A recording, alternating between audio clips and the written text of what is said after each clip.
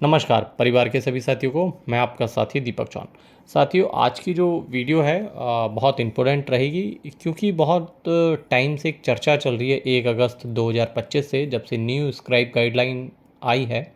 उस बारे में हम थोड़ी सी बात करेंगे, क्योंकि उस पर पहला इम्प्लीमेंट हो गया। तो उसके बारे में मैं आज आप सबको एक छोटी सी जानकारी दूंगा। वीडियो ज़्यादा बड़ी नहीं करूंगा, बट उससे पहले आप सबसे रिक्वेस्ट है, अगर चैनल पे नए हैं तो चैनल को सबसे पहले सब्सक्राइब करें, लाइक करें, शेयर करें, हर एक दिव्यांग तक इस वीडियो को जरूर पहुंचाएं। साथियों, 1 अगस्त 2025 से जब से स्क्राइब गाइडलाइन आई है, तो एग्ज़ाम जो बॉडीज़ हैं वो अपनी अपनी गाइडलाइन इशूड कर रही हैं। तो उसी क्रम में आज मैं आपसे बात करूंगा स्टेट बैंक ऑफ इंडिया जो क्लरिकल का एग्ज़ाम है 21, 20 और 27 तारीख को, यानी कि 20, 21, 27 तारीख को इसका एग्ज़ाम होगा सितंबर 2025 में।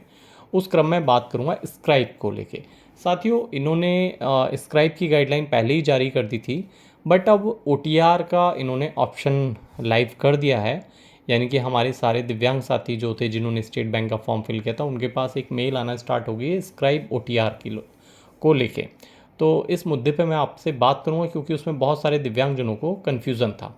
साथियों, सबसे पहले आपको स्टेट बैंक ऑफ इंडिया जो आपका रजिस्ट्रेशन आईडी पासवर्ड था, उससे खोल के आप अपनी आईडी को खोलेंगे। उसमें प्रोफाइल आएगा। प्रोफाइल में कुछ ऑप्शंस आ रहे हैं। उस ऑप्शंस को लेके हमारे दिव्यांग साथी कन्फ्यूज़ हो रहे थे। जैसे मैंने कहा था, 1 अगस्त 2025 की गाइडलाइन को ये लोग अब यूज़ कर रहे हैं, यानी कि सारे पेपरों में अब उस पर ही ये काम करेंगे, यानी कि इम्प्लीमेंट करके, यानी कि उसे लागू कर दिया है इन लोगों ने। तो साथियों, जैसे इन्होंने बताया था कि स्क्राइब हम आपसे 3 स्टेप कम लेंगे, आपसे नहीं, आपका जो एग्ज़ाम है उससे 3 स्टेप कम लेंगे। ठीक है, ये तो सबको मालूम है। अब बात करते हैं स्टेट बैंक ने क्या क्या ऑप्शन दिए हैं स्क्राइब का OTR करने के लिए। साथियों, सबसे पहले जो आपका स्क्राइब है, ये लोग उसका नाम आपसे मांगेंगे। जब आप OTR करेंगे तो सबसे पहले उसका नाम मांगेंगे, जो फुल नाम है एज पर ID, वो आपसे मांगेंगे।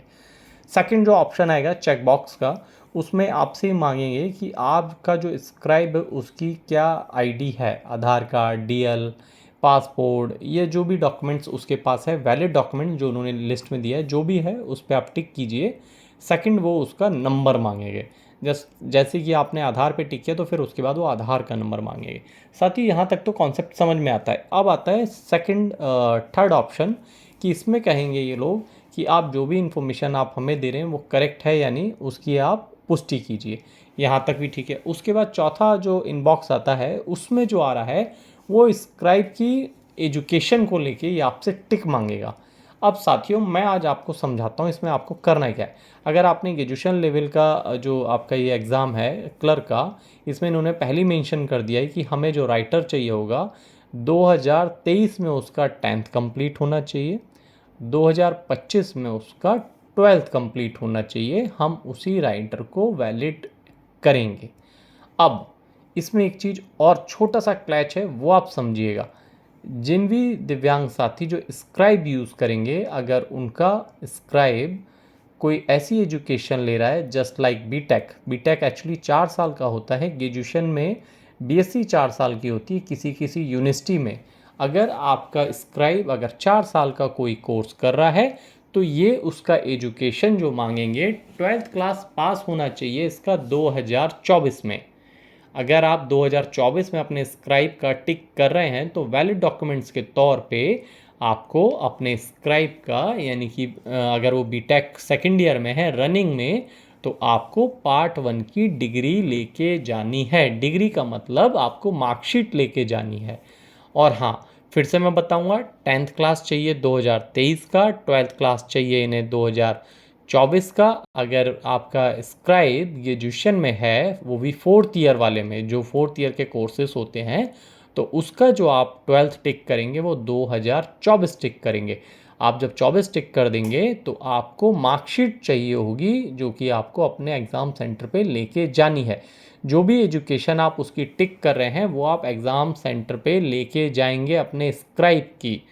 ठीक है साथियों, ये स्क्राइब का OTR 18 सितंबर 2025 तक होगा। तो आप इस चीज़ का ध्यान रखिएगा, जो भी आप जानकारी दे रहे हैं वो सटीक दीजिएगा, क्योंकि ये आपके स्क्राइब का आधार ऑथेंटिक करेंगे, यानी कि उससे आपकी स्क्राइब की डिटेल्स को ये लोग आधार से लेंगे।